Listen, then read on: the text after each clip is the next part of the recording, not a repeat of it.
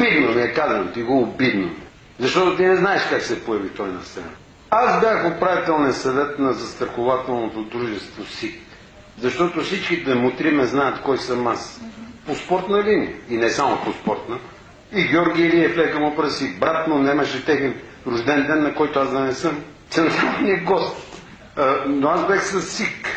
И седа с Тодор Живков. Ден, два, три да кажем, след като му махнаха горе пазачите, които не пазеха вилата, пазеха той да не излезе някъде. Домашния арест. И пристигат горе посред бял ден и влизат, кой влиза? Венци Стефанов и Пашата. Заповядайте, какво ще пиете? И влезеха и Венци каза, защото Венци говореше Пашата, той си мълчи и сега някой да го чува. И каза другарю Живков, добре си живехме при вас. Те беха бензинджи. И сега виждаме какво стана. Да ви върнем малко от добрините, които сме видяли. Дайте една стая тук. Дай 4 часа охрана ще имате.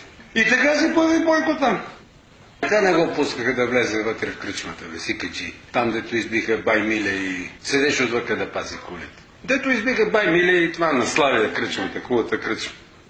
Така се появи частната охранителна фирма. И след това охраняваха и царя и вече е търсен такъв заглавен полицай, който да снася абсолютно всичко на американците, не на европейците.